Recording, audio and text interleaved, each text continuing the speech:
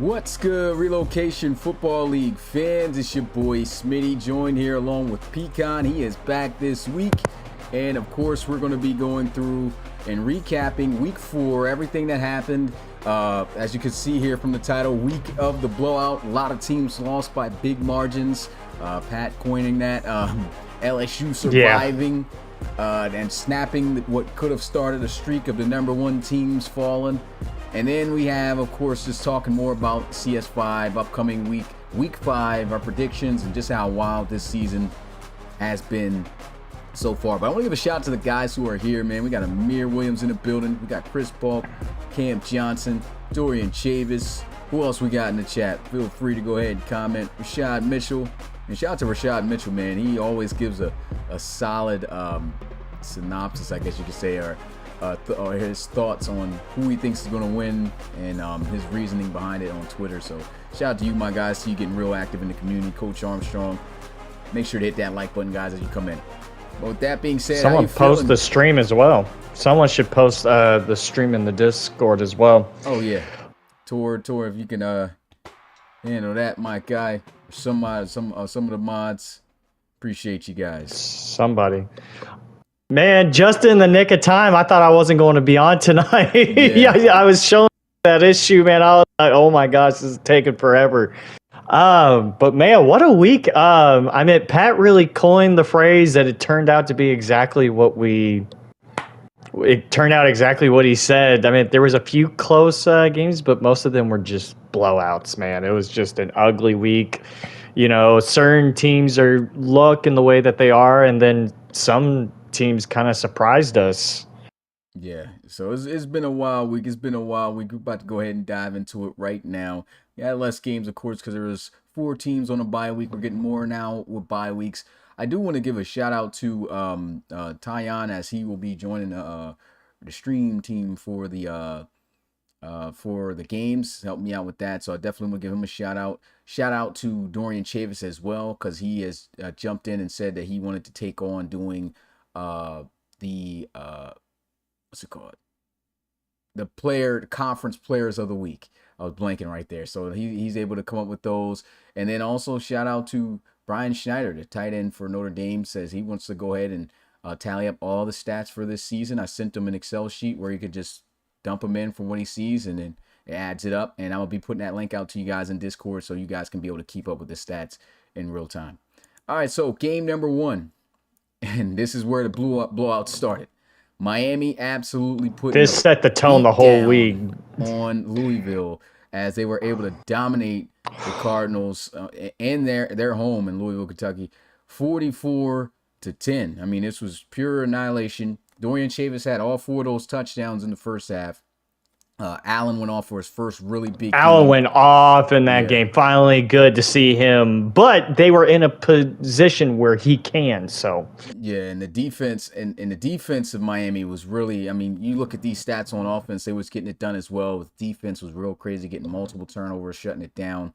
And I got to play the bell for my guy Washington, because he didn't come through with that guarantee, man. That's what happened when you use the G word. So he gets the bell. What you guys say about no Joe Namath for sure, man. Anytime Malik Cunningham dropped back to pass, everyone that was a Louisville fan was saying, no, don't do that. All I can think about when you're saying no is Steve Carell.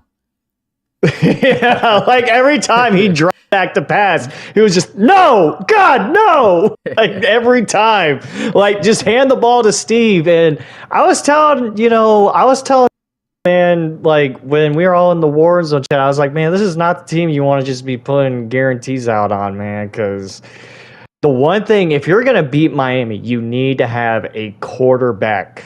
Even though, last year they lost to Otomo, but that wasn't really on him. But the thing is, though, is that you need a quarterback that's not going to turn the ball over, and that's what Malik Cunningham does. And we saw that in the second game of the year against the Nittany Lions. But Miami played a great game. That first quarter, they came out swinging. I was worried that they were going to put a 60 burger on them for a minute. I really thought it was going to get bad. I mean, it still was bad. I mean, it did get bad, but I thought it got bad. I thought cause what? It was like 21-0 in the first quarter. Yeah, it was pretty. It was up there. I think it was like 28 because he definitely had those 4 touchdowns.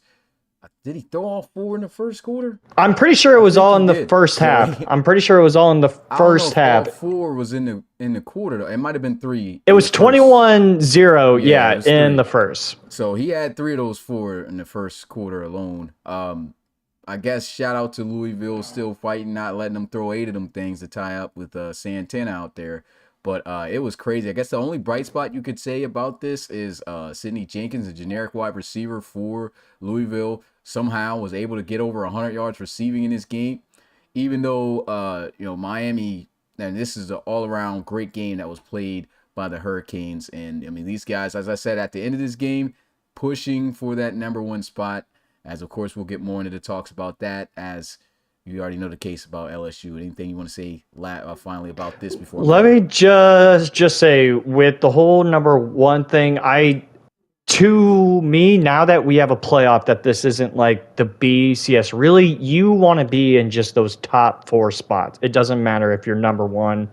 You just want to be in that top 4 at the end of the year. And Miami looks like another team that is gunning for that shot. So I think they are one of the best teams in College Series 5, and they have a bye now, so they get a break. So, but that was just a great performance all around from the defense. Dorian Chavis, in my opinion, has now passed up everybody and taken the QB1 spot in my in my rankings. So, okay, all right. So Miami 4-0 on the season, big dub there, as Louisville falls to 2-1. Moving on to game number 2.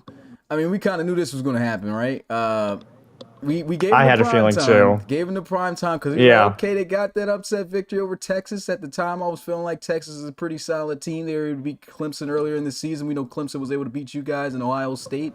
So, a lot of mixed things going on at the beginning of the year, thinking teams are better than what they are, and at least giving them a chance. And gave Maryland a chance to fight and show that they do deserve to be one of the top teams in the series, and that was not the case. It was rough. Absolutely dogged them. Final score 31-3. McNamara 3 touchdown passes in this one. He threw an interception that was in the end zone as they were inside the 10. It was a great interception by Tyler Price, by the way. So shout out to you, Price. You had yourself a pretty solid game. Bacigalupi was trying to do his thing. So the generic, also Mazel Tov, he had it rough though, I'm gonna be honest. But the submitted guys were trying their best to make this a game, and they fought a little bit. But at the end of the day, the Wolverines was out there hungry, ate a couple turtles, and it was a wrap. It was a wrap. Oh my gosh. So, I mean, just like you were saying, now the history going into this game, the Wolverines have never beaten them, which I was like pretty shocked because the Terps have only been in here since CS3, and both times they have beaten them.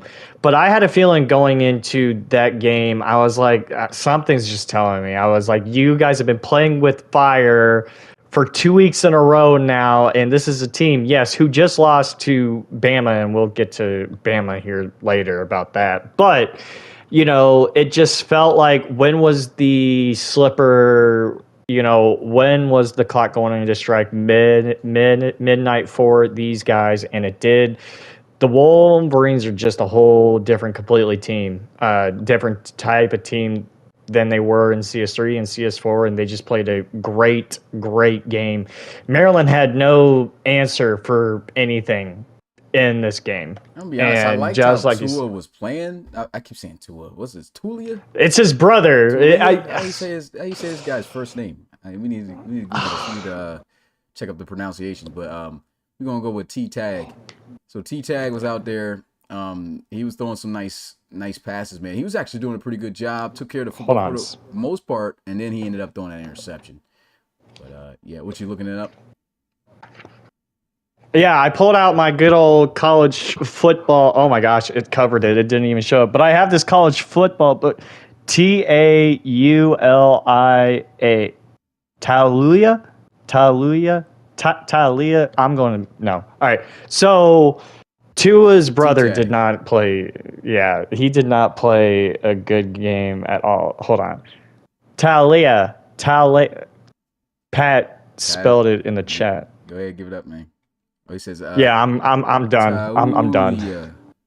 Taulia. I can pronounce McNamara and Buckner for you, but hey, it took me a while to learn Tua's name for a minute too, but I still can't say Giannis on a. Okay, I'm not going to. But man, Maryland. I think they are a sneaky team, especially now that they're only 3-1. I think they still have a chance to get themselves into a bowl game this year. I haven't looked at their schedule for the rest of the year. I don't think that they have one of the worst schedules or hardest schedules, but starting off 3-1 throughout the first 4 games, I do think it's going to be tough for them in Big Ten play, as we see now with us and Penn State. I think they'll handle Iowa, but still, I think it was just a game where they just finally ran into a team that was just completely better than them in all phases of the game, and they showed. So, props to the Wolverines, man. Even though I hate him. Roman Wilson, man, he is a stud. Killing for what? I think now he has touchdown. We're not keeping up any. He has at least, but it's crazy. He has at least almost like 4 or 5 touchdowns, I think, through the first 4 games. So yeah. He has been going off. He's definitely been there burning their deep threat, but not really too much to say about that one. We kind of expected this. Michigan handling business on the road there at SECU Stadium. Moving on to the premier games we had on Super Saturday, kicking off at 1 p.m. UCLA 3-1 on the season. Got a huge upset over North Carolina. I feel like that was more so on North Carolina's part. Watching the game, there was a ton of turnovers and fumbles. I love the way that they utilize, that they utilize their players, because I could tell you Jeffrey Rozier is eating. Like he's eating, but he's fumbling on those end around plays a lot. He had 2 fumbles, I believe, in this game. He's probably got like 5-6 fumbles on the season already, which is crazy. But it's mainly because they're using them in that. And then also in terms of the fumbles that they lose sometimes when Drake May keeps the ball. But outside of when they call those plays, this offense that they have is usually pretty far. They get down the field and they just have that mistake where guys just can't hold on to the football. And as for UCLA, I mean, these guys looking actually pretty solid, man. DTR. They're actually looking like a pretty good team. Yeah. I don't think that they're like, I still feel like they're going to be pushed on against a solid, actual solid team, but I think they can hang. They definitely can hang, and they showed that they haven't played a team yet of like a caliber of, say, like of a Miami, LSU, Ohio State, Georgia, but they can hang with these middle of the pack teams. Like they are proving it. Yeah, I definitely agree with that. And this is the reason why we call it blowout week. I see Caitlin already in the chat saying, gosh, these scores. Yeah, blowout week for sure. Because Clemson, the next game, put up a 40-piece of a deficit. Not a 40-piece in general. 40-point deficit. Defeating Iowa, which is showing why they're the worst team in the college series right now, man. Shout out to Tyler, though. Sorry, Tyler, man. Yeah, he really is. 47-7. I don't think it's really too much to talk about here. I will play the bell because R.I.P. Clemson at their field, man. And I think it's something different. Oh, yeah. I think it's something different than the field, guys, because I'm not going to lie. I already pre-recorded their game this week, and it didn't have any crashes. I think I might know what might be causing it. I don't think it's the field. I think it's a play in their field goal kicking unit. So I probably need to figure out what that is, take that out, and then it should be good, because I believe I've heard about this issue before, and that's what the fix was. So it might not be the field. So that means Clemson is going to have their home games then, because I accidentally went on there, but I was just like, oh, I'm already in it. Let me see if it just doesn't crash. And it actually didn't crash. So I said, okay, bet. And so excuse that message I dropped earlier. Clemson just dogging Iowa. Once again, nothing to say there. But how about Washington? Ever since they had that game against Miami, they started off really strong. Miami ended up blowing them out. But at the end of the day, they look sharper since they got out of that custom playbook, and they put a 20-point deficit victory over Stanford, who was looking pretty solid. Was getting a streak going for themselves, and now they fall to 2-2. Washington gets their first win of the season, and they are 1-3. What's your thoughts on that game? Were you impressed with Washington? Honestly, that was kind of the one when I missed the podcast last week, I put down in my notes, in my picks, that I thought this was going to be the game that Washington gets their first win.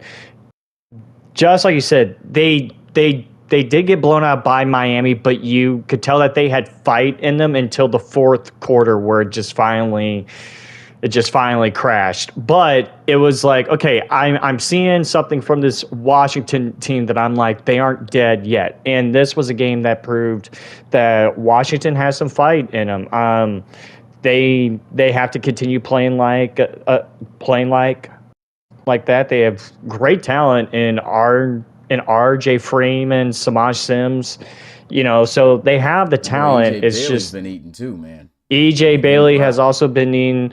It's just the defensive side of the ball. I still worry of when it comes time to playing some of those high-powered teams, but this was a game where I think they needed to come in and take care of business, and they did. And Stanford, it just can't be Finn Fowler the whole entire time. All right, I don't know. Shout out to Tyshawn Marable. That dude had 2 interceptions in this game, was an absolute dog on the defense. I know we were talking about it. I think they actually had a good defensive game in this one. So, like that. They actually did, right. Yeah. Which I give them props for. They actually played well. Yeah, Marable, he made a couple of plays last year, still was kind of under the radar, but this year, at least that game for him, that was a big significant game in terms of, performance, putting up some stats. Those 2 picks, and one he took to the crib for a touchdown. So, dude was eating. Washington was on a whole nother level, and they were getting rolling, and here they are with the first victory of the season. See if they keep that going and potentially take themselves back to a bowl game as they beat Stanford 33. The one thing I will say about the Clemson and Iowa game, Tyler, I hope you're... Smitty, has one team ever gone 0-12? No team has ever lost every game in the college series. I don't think this one team could has be ever the first one. Had even just one win. Just like two. It's always been like 2. At least 2 wins. This might be the team that... Iowa might be the team, you think, man? Let me know they in the chat, might be the guys. team. You guys think that Iowa's going to be the first college series team in history up to the 5 years to not win a single game this year? Or just only win one game. I have to go look at their schedule to see who. Because this is bad. Iowa, here is the thing. They've kind of been bad the last 2 years, but they were all right in CS1 and CS2. They actually weren't bad. It's just they just haven't gotten the guys. They have gotten a running back or a tight end here and there. So let's see. So they lost to Clemson. Some pretty bad teams, man. So yes. In the past, I think we're worse than Iowa. So I don't see them not at least winning one. They play Maryland this week. They play us in week 6. That's Ohio State. They play at Wisconsin in week 7. They got a bye in week 8. They play against the Wolverines in week 9. They play North Carolina in week 10, Stanford in week 11, Oklahoma in week 12, and Penn and the Nittany Lions to close out the year. I think there's Wisconsin and Stanford, I'm going to say, are the 2 games where they might got in those. I'm going to even say North Carolina. If North Carolina, if they are turning the ball over as much as they are, because that is the one thing that we have been seeing from them throughout these first 4 weeks is their ball security skills is terrible. They are having trouble, whether it's fumbling the ball or throwing the ball, they are prone to the turnover like crazy. You know what's crazy? We sitting here saying it might be those three teams, and watch it probably be one of the better teams that we just named, man. It always seems to turn out that way, especially this year in the college series. But we've especially already this seen some year. crazy L's taken to start off the season. But it ain't nothing like new, but we'll see just how crazy it gets as the season keeps going on. I feel like this is going to be a wild season. I hope that we could get over to next gen, though, with the college series, at least within the next 4 to 5 weeks. I've been hearing some things about the mod. We could talk a little bit about that at the end and stuff. But that's the 1 p.m. games. Let's get into the 4 p.m. games on Saturday. We had 2 games, of course, less volume of games played this week, as we had Baylor defeating Wisconsin. Not the best of games for Baylor. I really thought that they should have been able to put up a lot of points. They looked good for a little moment, then they stalled out, and they can't have these stall outs, and this seems to be a reoccurring thing for Baylor, right? So they look really good, but they don't keep their foot on the gas. I feel like we've saying this every week about this team, but I feel like they can compete and play well against anybody that they play. It's all about how long. Right, they have the talent for it. It's just they haven't been able to play all 4 quarters this whole entire year. Yeah, that defense, which has been their issue. Good job against Wisconsin, because although Wisconsin's is 0-4 right now, they do have a lot of firepower on offense with those receivers, but just didn't turn out to help them at all getting in the end zone. But Baylor, they find a way to win. They're 3-1 on the season, and then of course we had Texas, man. They're starting to really upset me a little bit, man. I thought they'd be better. I know. I'm kind of shocked with that. Yeah. So, anybody who's beaten Texas up to this point, it kind of makes it a little bit, I don't know. It's not. It's kind of hard to gauge, like, right. Yeah, because it's kind of hard to gauge. We thought Maryland beating Texas, was impressive, which at the time, I thought it was. They beat Clemson. I thought it was too, right.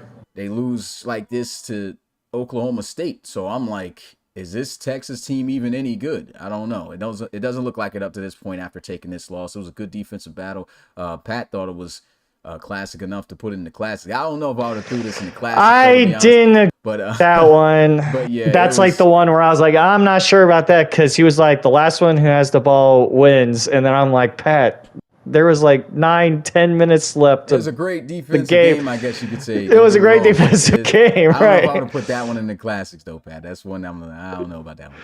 Yeah, that one I didn't agree with. So really quick on the Texas and Oklahoma State game. I mean, I have been saying I do think this Cowboys team is a lot better than they have been for the last few years. I don't think they're like you don't hear anything on top of the world. Smitty muted? Do you? I hear you. I'm saying, do you hear some extra people talking behind, like on my mic? Anybody? Oh yeah, I just hear folks behind you. Oh no, I'm gonna have to tell people to quiet it down. So here we go. Hold up, I'll be back. But you can go ahead and talk about those games real fast. But yeah, so the thing is that yeah, it was a defensive masterpiece. Wonder if we. So I'm gonna have to turn that down. Let's see, Baylor, Wisconsin. Yeah, man, I expected more from Baylor though. Got the fam over, man. You know how it is. So dude's getting hype. But were you muted? Yeah, I was. Okay. I was like, because I heard everything.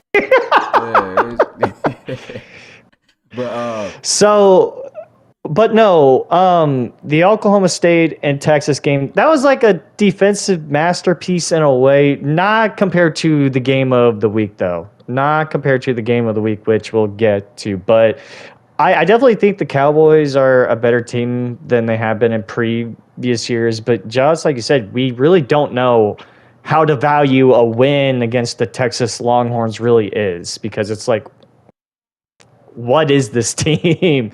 Yeah. With Baylor, though, I expected them to win more. See, here is the thing, and of course, it's all going to talk. Oh, you don't like Baylor. Oh, you just talk about us the whole entire time. The only thing you ever talk about is Baylor. No, dude, we expect more from you guys. Yes, you guys got the win. It was 20-6, but Wisconsin kind of held you guys in check. I don't know what was going on, but we just expect more from this Baylor team. with the talent that you guys have. And just like I think you said, Smitty's, that we see those glimpses of like everything looks like it's starting to click, but then there goes like a drive or two where everything just seems to fall apart, and they haven't been able to play a consistent 4-quarter game, to be honest, this whole entire year. So my one concern with them is what's going to happen when they finally do play someone that has all that talent all around them, like Miami, LSU, Penn State, Ohio State, Georgia. What's going to happen when you guys finally do a play against those teams? So that's my question for that one. So, but Baylor, hey, you got the win. So a dub is a dub. Yeah, see Pat say he put the Penn State LSU game in the classic. I would agree with that being a good defensive classic. That one I agree. That should be in there. Yes. Yeah. I do think that, and I feel like that gets the edge, because I feel like if you have that type of game in a premier game, it just ain't got that same feel. It ain't got that same hit. But when it's a primetime game getting called over and things are talked about and just the hype people were in the chat and things that we're saying, I think that's what makes it a classic. I do feel like that was a game that guys are neck and neck the whole way, and then also just the way it ended, right? We'll talk about that when we get to that LSU game. But let's move on to the game that capped off Saturday, as we had OU versus Florida, and OU able to give Florida their second loss back-to-back. Anthony Richardson did not look good at all, really, in this game. No. I'm not even going to say really. They had some little moments, but it was just that, little moments. Oklahoma was able to well, he honestly didn't utilize his legs much at all. He tried to a few times in the beginning, got sacked. I remember one time by Austin Sanders. And they just couldn't get anything going. The run game was looking pretty good. Didn't do it too much, though. I mean, 30 yards on 8 carries ain't too bad. But Ladarius Woodard was out there making some plays. But other than that, I mean, Florida's offense was just stagnant. Oklahoma was playing great on defense, to be honest. Eddie Champ. I'm still say he had a great game, because the first half he had the exact stat line that he got right now, which was 5 receptions, 77 yards, and a touchdown. Then in the second half, they just stopped throwing the ball to him. Like, where is my boy Champ at? He just was going. Cooper had a little bit of a better game, but still not popping off as expected. And Rhodes kind of what we thought. Rhodes had a pretty rough game. And then Cam Johnson, the safety, he played pretty good, made some big plays. You can see him gracing the poster here. Had a crucial pass breakup because Florida was almost able to get in position to score and then tie it up to make it 20-20. We don't know what would have happened at that point, but CJ came through, made the play, and that didn't go down. It's good to finally see the Oklahoma defense play a whole entire game as well. And we've kind of been seeing that. I mean, yeah, the USC game was like pretty rough, but they were stout this whole entire game. I was very impressed with the defense of the Sooners in this game. And I mean, is it really more that AR just couldn't do anything, or they played a great game against him and they had him spied? Game. Yeah, they had a great I think so, too. I think this was maybe one of the best performances by the Sooners the whole entire year. At the start of the year, they had that really rough loss to Texas A&M, and then they beat Wisconsin, and then, of course, the USC game. But, I mean, this was just... Yeah, the offense couldn't get going, but the defensive side of the ball for the Sooners played really, really well. And, I mean, they got some really good players with Sanders and Cam and Dylan Lewis. Like, they have some pretty good players on that defensive side of the ball. And I think they still got a chance to win the Big 12 title. Like, in my opinion, I think they are still in it with the 2 losses that they have. Yeah. Florida, though, it's like for 2 weeks in a row, like how long can you just rely on AR to do everything for you? Yeah, I agree with that. I mean, he got receivers. He was missing some passes though, and he was. It was a different AR in that game. That's all I could say. Yeah. I wouldn't completely blame it on the lack of. I'm not gonna blame it on everyone else. That's my rebuttal to it. Is just I feel like at that point, AR, he had a bit of help because Ladarius Woodard, like I said, he was doing pretty good. They had other weapons that at times were getting open. He just wasn't making the plays. And we've seen that now too, where he's had some open guys and he's missing his throws and everything. So that's another thing. When you force AR to play nothing but a passing game, that's where the weakness of AR's play, especially on this game, comes in. So I came to find out that dude was like a 74 overall. I thought he was in the 80s, and the amp says he's like an 80 something, but he's actually a 74 in game. So I was like, wow. But he plays much better than that, at least the first 3 weeks. But that overall showed in this game, that's for sure. Moving on to the premier games, man. We had Auburn. Now they with their second win back to back, finally getting out getting a win in the SEC. 24-15, and I'll tell you one thing, looks like a star in the making. Holcomb is a dog, dude. This guy's ridiculous, man. Over the shoulder catch, you can see there. This dude, I think he's already had the most receiving yards than any receiver up to this point. 223 guy is going receiving yards in this game. I believe he had 2 touchdowns as well. Dude is just a whole unit out there. He absolutely dominated in this game. Don Beck looked better, and that was mainly because he was throwing to this guy, right? And so Auburn doing a great job getting that win. But for a second there, it almost looked like Texas A&M was going to be able to come back. They were starting to come back. Yeah, they were starting there. But, I mean, like the game was still over anyway of when they were down there in the red zone. But Auburn, man, Don Beck, man, he's just... You don't know what you're going to get from him week to week. Yeah, like it wasn't like the greatest game, but hey, he's like, hey, I could throw a couple Holcomb's, he's open, so that's how you got to go for it, man. So congrats to them, man. Seriously, 2-2, that's a good way after starting off the year 0-2. And you look at the people we played in those first 2 games; those were some tough opponents, and it's tough to take those in the conference. But it's good to see that they're at least winning against some mid-pack, tier talent in the conference as well with Texas A&M. Because although Texas A&M, we don't expect them to really be much at all this year, but I mean they can be a good team at times. So to beat them, that's pretty solid. There is a team that I know is like, man, we really lost to these guys, and that's the Sooners, man. They are probably wondering, like, how did we lose to these guys in week 1? Yeah, you never know. Because they have not looked good. True. But the other 3 games, they have not looked all right. Yeah. Tyon with a good bounce back here, getting a 38-14 win. This guy's got some serious talent around him. And, of course, we already know he's got the playmaking ability. The first touchdown they already get, Bryce Zakowicz. I told him about this guy. I don't know why. At first, he understands it now. But I told him, I said, yo, Bryce Zakowicz is a dog. He's a big wide receiver that can make some big plays. He pretty much can do everything, right? He's fast enough. He can kind of. He has done it for 2 years. Yeah, and the first play, shot down the field, good coverage on him. Moss is the guy, touchdown. They can't cover the guy. He had over 100 yards. I think he had 3 receivers over 100 yards. Him. Yeah, Hakeem Prince over there making some big catches. And you had Charlie Dodson. Yeah, those dudes were just absolutely like killing it. And granted, it's Arizona State, right? I mean, Arizona State's going to get torched. It is what it is. That's just how it's always been. But that's the type of sighting you want to see from the Tennessee Pioneers. This is when you come in with a team with the talent that they have.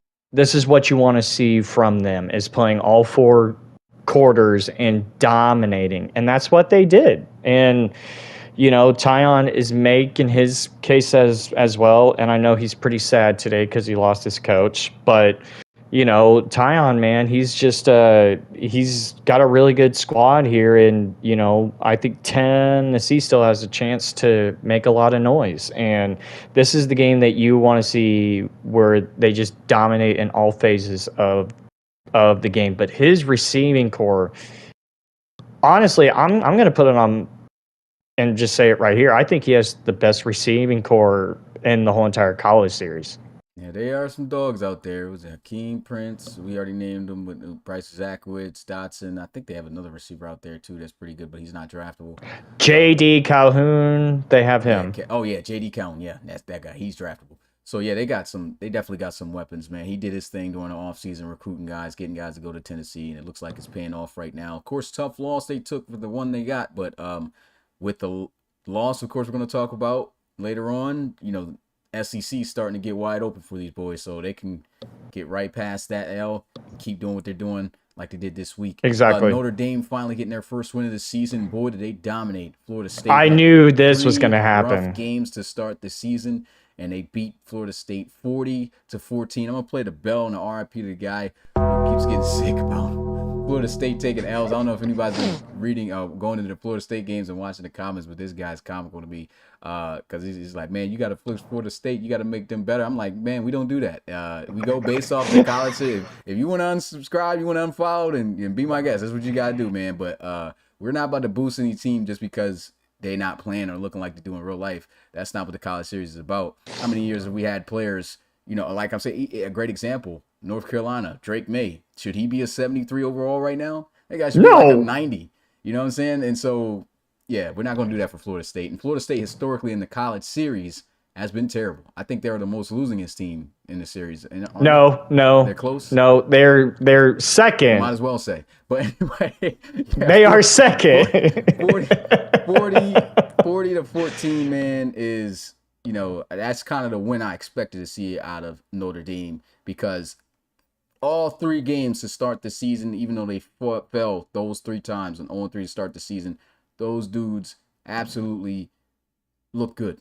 They played their hearts out, dude. Right. Like, they played their hearts out in those first 3 games. And that's why I see certain guys are like, oh, they almost beat Ohio State. They almost beat Miami as well. And they almost the Wolves. Like, they really could be 4-0. Like, yeah. That's how close they were. Like, they are one of those teams, like, because you always hear, like, the saying, what is the saying? You are what your record says you are.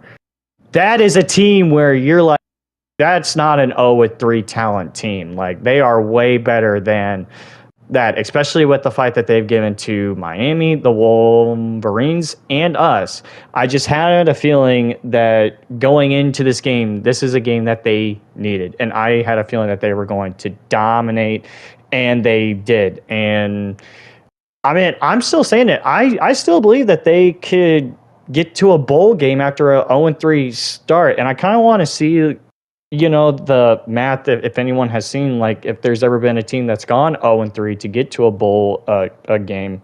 So I kind of want. Yeah, we definitely got to check into that. Yeah, we'll have to look, because I still think that this is a very impressive team, and the way that they played. I mean, Florida State just had no answer for Brian Schneider. I mean, they also have. Was killing Buck. What's that guy's name? Yeah, but yeah, he is a beast too. Harris. Those dudes are serious. Might have to get back out here and talk to the fam again for a second, man.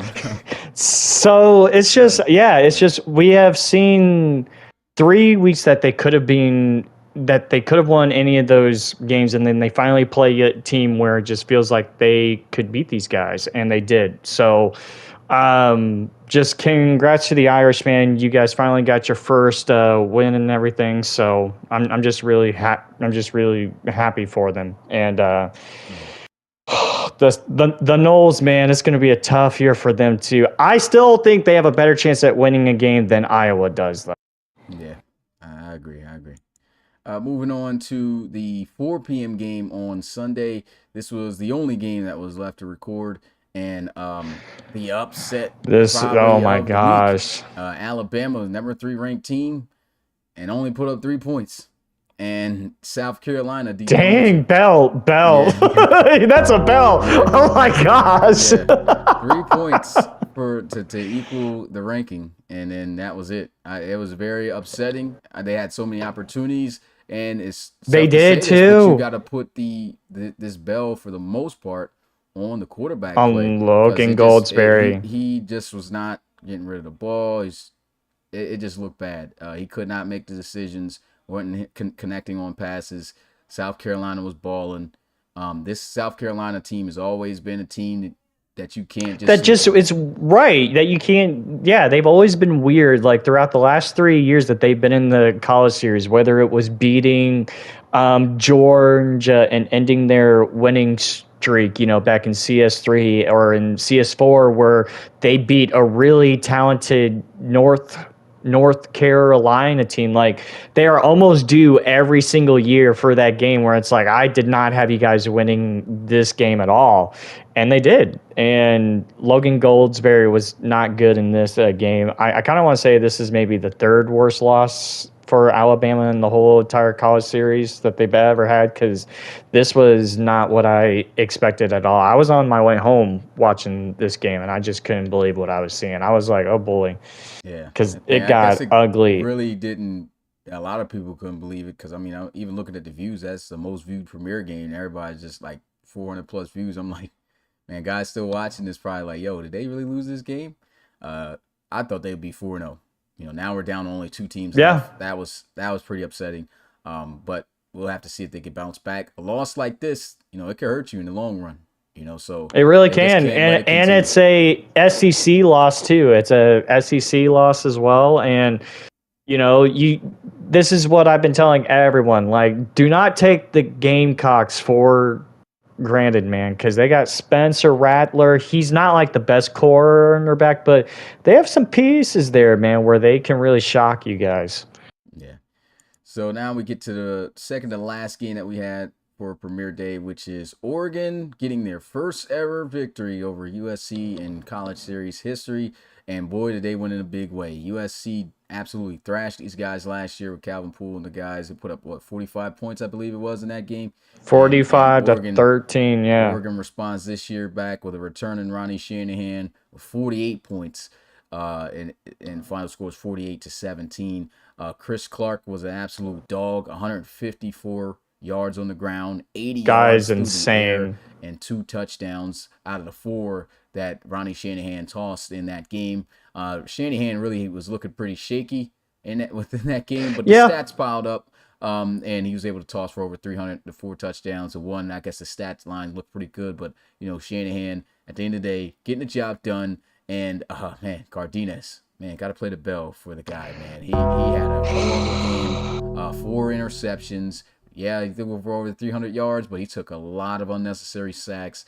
And the receivers, they were kind of clamped out there. Oregon did his thing. So, and shout out to Oregon. The Ducks really showed what we expected them to be kind of in the beginning of the season, because they've had about 2-3 games where they just haven't looked, up to expectations. But they definitely performed this week. They are starting to finally find that gear that we have been expecting of them after that shaky game against the Cowboys. Like, all right, you lost to the Georgia Bulldogs in week 1. That was like a game that you could have tossed up, but they are finally starting to turn that gear. And I said it, I was like, I think this is the year that they finally beat USC. I just think, after watching USC and the Stanford game and everything, it's just, we've seen for 3 years now, Smitty, the Cinco Cardenas experience.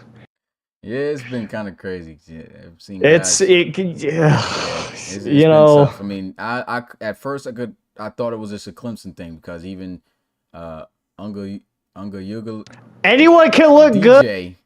Ain't been looking. Anyone can look good. So anyone can look good against Iowa. I think it's a lack of, I thought it was more so a lack of just the way Clemson's been playing with their book or whatever it is, but he's doing it over here too, and that's the issue.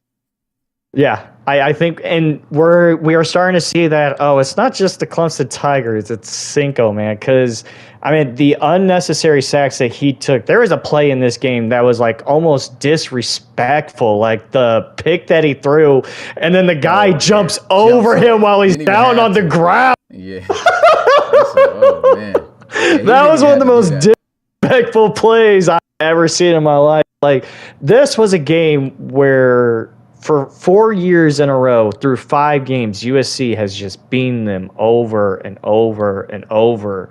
And, with Ronnie Shanahan, he wanted to come back. And I knew from the get-go that this was one of the many games that he had, on his calendar circled. And for the Oregon Ducks to come out here, I can't remember the saying for it, but it just felt like that they let off a lot of frustration after so many years of just getting beat by USC. And I got to give them some props, man, because they played out. Clark, I mean, here is my whole thing. I think Bush will be the first running back to come out of the draft. But if you had to just look at on paper who's having the best year just in CS5, Clark, I think, is head and shoulders RB1 right now with Bush behind him. Clark is an absolute menace, and he's a dog, dude. Like, the fact that he was able to do that on the ground and throughout the air, it was impressive. Yeah, that was a great showing by him. Absolutely shut down with Travis Dye, 7 carries for 8 yards. Crosby still found a way to get in the end zone, as well as wide receiver Ajon Grant. So he's still finding ways to score. Like I said, the receivers, he's got a good receiving core, but it's just that, Cardenas has got to be the one to step his game up and lead this team back to potentially go to the playoffs. But that's just not happening right now. 2-2 start. I have been saying it, man. Yeah, 2-2 start, and you still got some. I mean, so you're at 2-2. I mean, and we're kind of seeing how the Cinco Cardenas experience is going. I mean, I even think Washington, if they played like they did in the Stanford game, I think Washington can even give them a game of when they play. So, I mean, they have a relatively easy schedule, except, maybe the Washington game, they do play the Fighting Irish, but the end of the year, they end with, Tyon and Tennessee. I don't know if this is a year that I think USC makes it back to the playoffs after, 3 years in a row? Like, I don't know. It's just something's got to change, and I hope we see that this week with USC. And then we get to the final game of the week, which was, of course, I would have to say the game of the week because most of everything else was blowouts and crazy upsets. This right here lived up to the hype, but in a different way. I thought this would be a more explosive game, but these defenses on both sides came out ready to play some ball, man. Yanni Ramirez led the team in tackles. He had a ton of tackles. I think it was like 14, 15 of those things. And he was delivering hits. How many of them were hit? Yeah, I was like, how many of those would he put a man in a body bag? Greg Penn. Yeah. I think they got a really good linebacker core that can force a lot of turnovers, right? And then Semino, he had a rough game. But at the end of the day, LSU was able to get back off of this play that you see right here off the photo. That fumble was... Man, that fumble was the... But I'll tell you what, another thing, I got to play the bell for Sean Clifford for that, man. You can't lose the ball there. And then I got to play the bell for Penn State for even passing the ball in that situation. Should have kept it on the ground. So they really cost themselves that play. And then they got greedy. Another bell for the way that they handled the time at the end of the game. The time management was terrible. They could have been able to get in the field goal range or something they call in Hail Mary plays. Was still major yards to get when they could have called regular plays to attacking the sidelines or at least getting the first down to get themselves in field goal range to win the game. And LSU ultimately comes back in a wild way off a forced fumble and a score to win it 13-12. This by far, I haven't been that excited over a defensive game like that. Maybe since Ohio State, Miami, CS3 playoffs. Like, it had that feeling. Yeah, and the score was 10-6 for like almost the whole entire game until the safety and everything. But it just felt like Penn State was winning this game until that happened, until the sack fumble. Like, it was like Penn State's winning this game, and then LSU finally had a saying GG's early. Oh, yeah. The guys thought it was over. And here is the thing with Aiden, and I do agree here, but maybe it's the quarter build that he got. Yes, you did put 85 speed on your guy, but I think the quarterback that you got built over wasn't that type of Yeah, he wasn't. quarterback. He found what it is with that speed, because I know the game would trigger it, and I know Play Now doesn't actually play to archetype. The reason why he's not running though is because his trait. So he does not have a trait that is triggering him to run. So you got to be a Right. trait where you never run. So that's what it is. So your guys. So whoever the quarterback was, yeah, he just didn't have that trait. And we've kind of been seeing that for the last 2 years. Aiden, he's not like Tyon, he's not like AR, he's not like Dylan Lewis, where he's gonna, oh, no one's there, let me run out. So I was kind of shocked with LSU's O line. The Penn State defensive line looked really good, and I didn't count up how many times it was, but maybe there was like at least 7 or 8 times that Aiden got sacked. But it was also another game. That is true. Way too long. There was a lot of times where we saw the Madden drop back 20, even in the end thing zone for the safety. I was just like, wow. That was that was not Madden. But still, what was killing LSU, in my opinion, until the end, was not giving the ball to Emory. Aiden, both maybe teams kind of suffered from that, because I think they both kind of stopped running the ball because they both have good running backs too, and Penn State had the lead. So that was like the thing that I was kind of shocked with, because Emory, we have seen now when you give him 20 carries a game, he's going to get you over 100 yards. So, and right at the beginning, 5 for 50 though. That's crazy. Which shows you, give him the 10 ball. Yard per carry average. This is ridiculous. Yeah, that guy. And he can make plays in space, in the passing game as well, and we have seen that. But Penn State, man, you can't get greedy. You can't get greedy there, and when you get greedy, something bad is bound to happen, and that's what happened in LSU, man. Props for them, because that was one of the sickest plays. Like LSU, they needed a play, just something to turn that game around. And it felt like ever since the strip fumble, you could just feel that, the big MO just completely switched to their side, where Aiden the whole entire game wasn't doing anything, but it felt like, okay, Aiden's going to play now. Like he's going to do something on this drive. And they did, and got to give a lot of credit for LSU, man. We thought it was going to be the third straight week that a number 1 team was going to fall, but no, man. Props to LSU. Week, but I just knew it was going to be a challenge. I actually had Penn State winning, because I was telling folks, I was like, do not sleep on this team. Like, this Penn State team is looking really, really good. So I'm just shocked with what they did at the end of the game, because just like you said, 1, they got greedy, and 2, their coach James Franklin forgot what time management was. What is new? That's what he's always done. So, LSU, man, got to give them props. But when you play in games like this, like a playoff, because folks can say, oh, well, Miami, they destroyed the Cardinals and stuff. This was a playoff caliber type of game. So LSU to pull out the win the way that they did, that was pretty impressive in my especially with the way that it looked, because I thought the game was over after the safety. Yeah. So that's it for the premier games, man. A wild week of the blowout.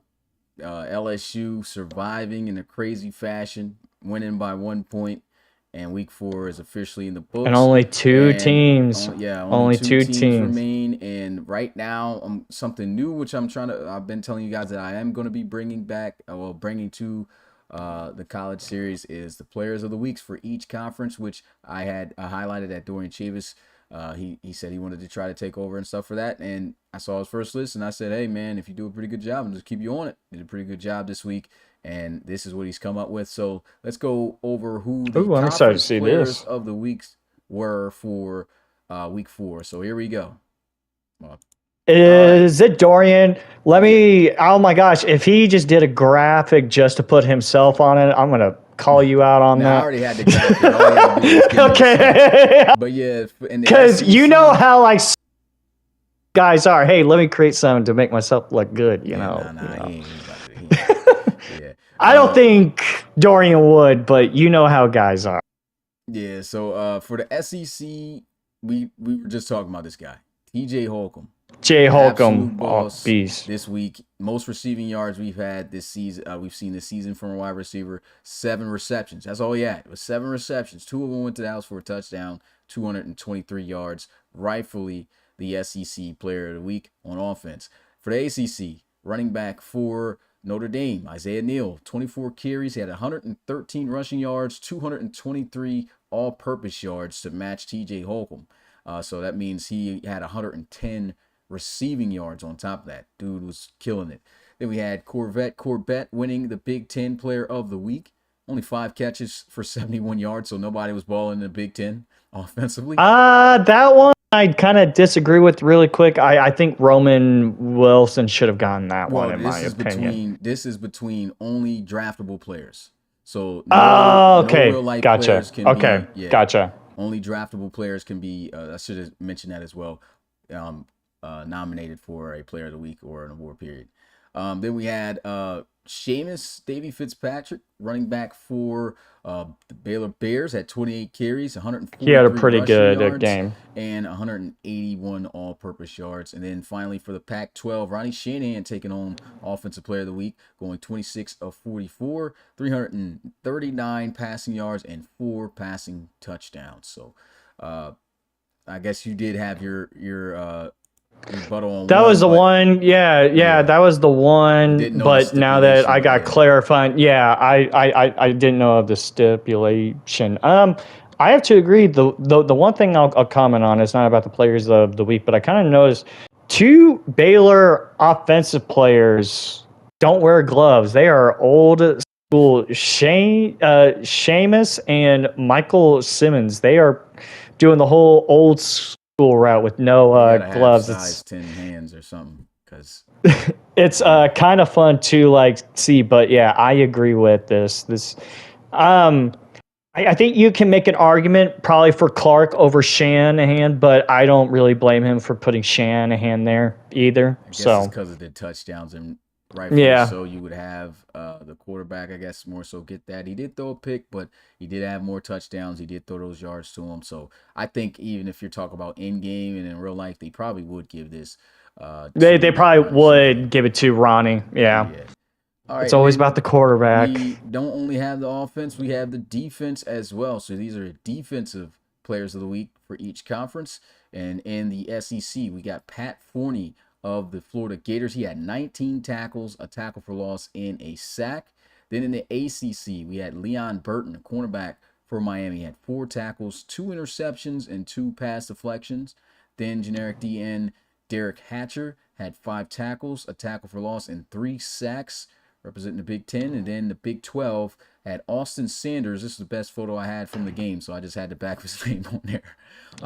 4 tackles, 2 sacks for him. And then you had 4 tackles, 4 sacks for the Pac-12 defensive player of the game, was Tremaine Henderson. This guy's supposed to be African-American. I'm pretty sure of it. I never got the chance of changing That's the whitest defense. Tremaine I've ever seen. I never got the opportunity yet to change the defensive generic players. I even took this photo too from the game because I didn't have any photos from him because it had very limited photos from that game. But these are your defensive players of the week, man. So we're going to try to keep this rolling every week, man. Shout out once again to Dorian Chavis for putting this together. I think he did a great job. Honestly, the ACC Defensive Player of the Week should be Malik Cunningham. Yeah. That was a bad joke. He did do a good job throwing those interceptions. Made it look good. He made it look good for the defense. Yeah, he did. But no, Miami was just stellar in that game, though. I thought somebody on the South Carolina side should have probably gotten it for the SEC the way they 19 played tackles, against though. Bama. Pat Forney. But yeah, you can't Dude beat was that. a That's sack pretty and good he was all over the everywhere. place. Yeah, so yeah, he's been a dog. So that's the players of the week. I'll be posting that on social media as well. Now let's go ahead and get a look at the top 25 rankings now in the RFL. LSU, of course, winning, so they stay at number 1, 4-0. And of course, the only other undefeated team now is Miami, still there at 2. Michigan is at 3. Penn State 4. Tennessee 5. Alabama 6. Baylor 7. Oregon 8.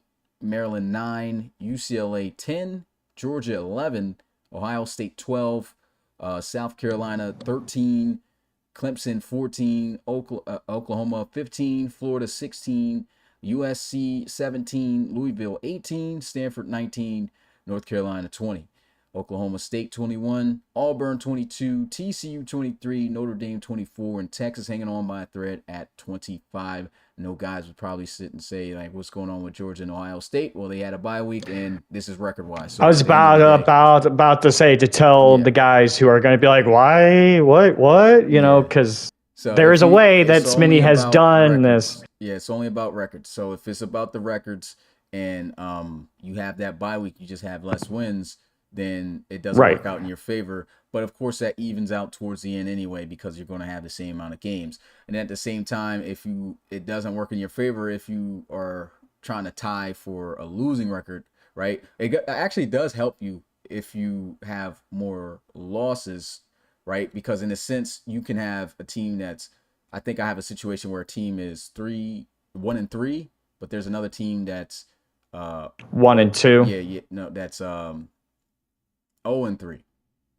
0-3. The 0-3 team, in that sense, because they played less of a game, I just gave them that up because they didn't play. So it kind of works opposite for the losing teams, right? But it all comes to fruition at the end. But that's the new top 25. Of course, that will get posted as well. Any thoughts on this? Let's see, guys already trying to say put Miami at 1. That's Joe. Which I understand. I mean, I think Miami has played great. I just want to see them.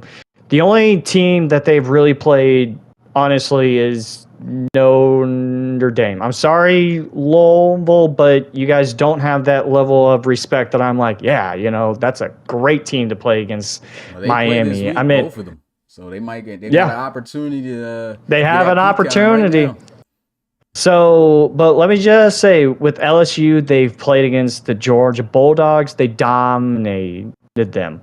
And then now they played a great game against the Nittany Lions, where they were honestly so close to losing that game. It's amazing that they won. So, I mean, and that was a playoff caliber type of team that they beat. So I do agree with having LSU as number 1 and Miami at number 2.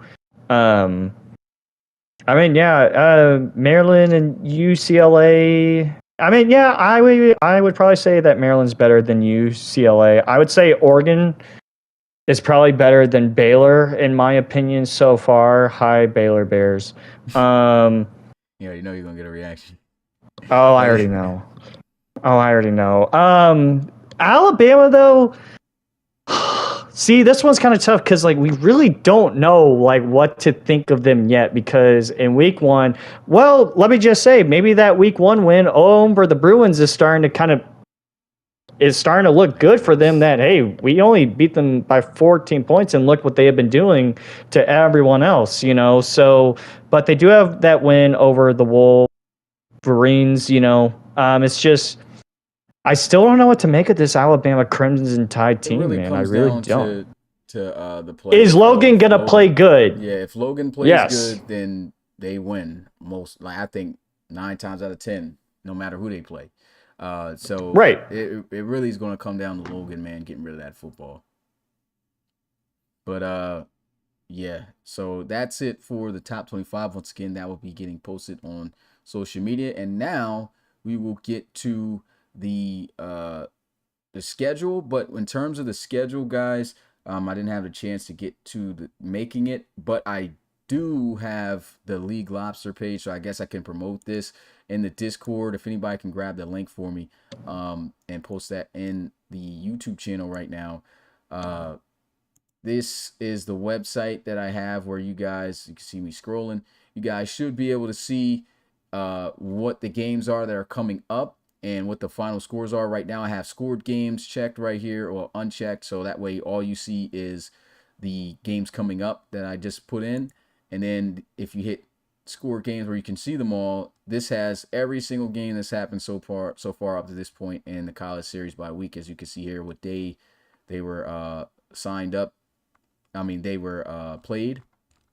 And let me go back up to the scored games.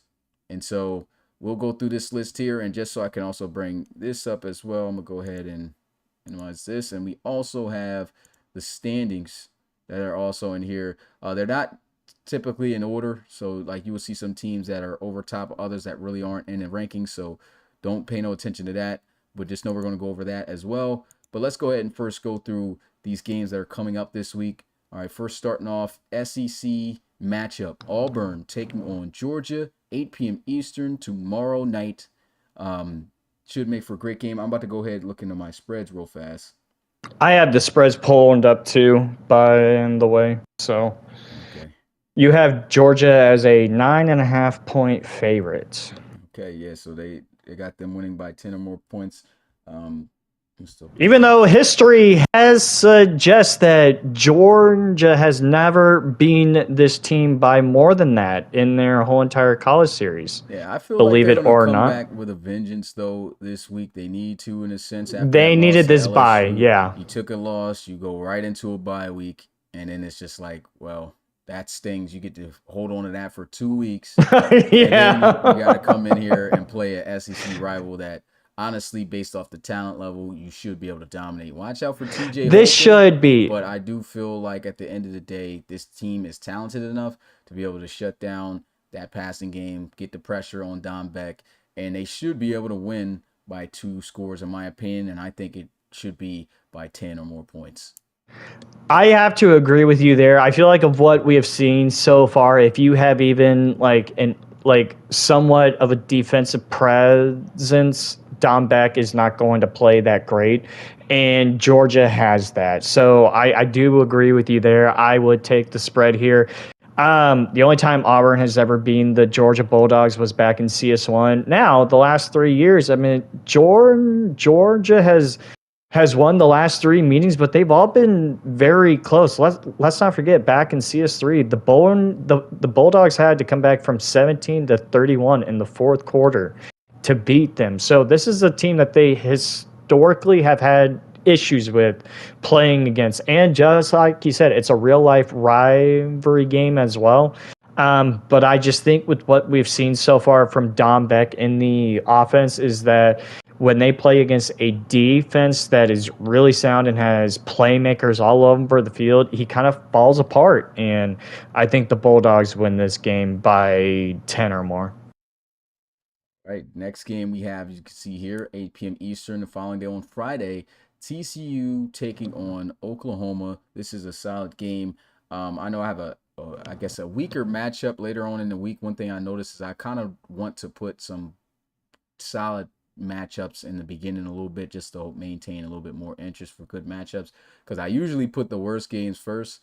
And so like, I guess this TCU Oklahoma game I kind of flexed up a little bit because it's Oregon and Stanford that's going to be playing later in the week, I think on Sunday, which I probably realistically would have put them here first. No, yeah, well, I probably would have put them on Friday. But I think TCU and Oklahoma should make for a great game. I got Oklahoma by a spread of a field goal or more. I feel like this game can be competitive. I feel like TCU is a solid team this year to look out for still. And so we'll have to see that. But what do you think? I mean, look at who TCU has played in the first 3 weeks. Ohio State, Tennessee, and Penn State to start the year. That's pretty tough. If you look at where all 3 of those teams are placed. Managed to get a win. Sorry, Tyon. So, but good for Tanner, man. But OU, I mean, we're now seeing a trend. The odd weeks they lose, the even weeks they win. Is this a odd week that they win? So, TCU, if anyone remembers last year, this was a game that OU, even when Allen Mourning was playing at his absolute worst. This was a game that the Sooners really should have won a year ago until the magic of Miles McCain and Devontre Sharkley and Omari Harris came in, and they needed a overtime win to beat them. Is that the call game? No, that was the That wasn't Wisconsin game. Okay, cool. Yeah, I'm about to say. The Wisconsin was the shark catch. The OU game was that was when Omari Harris caught the game winner. So, but yeah, but I agree with you. I think the TCU team is a lot better than being 1 and 2. I mean, this is another tough opponent that they got to go up against. But I think OU, man, they gave everything they had against USC. But for them to come out and play the way they did against Florida, that is a win that you can carry with you for the rest of the year. Unfortunately for TCU, I do think you guys will start out 1 and 3 to start the year, and I think the Sooners do win this game, and I think they win by 3.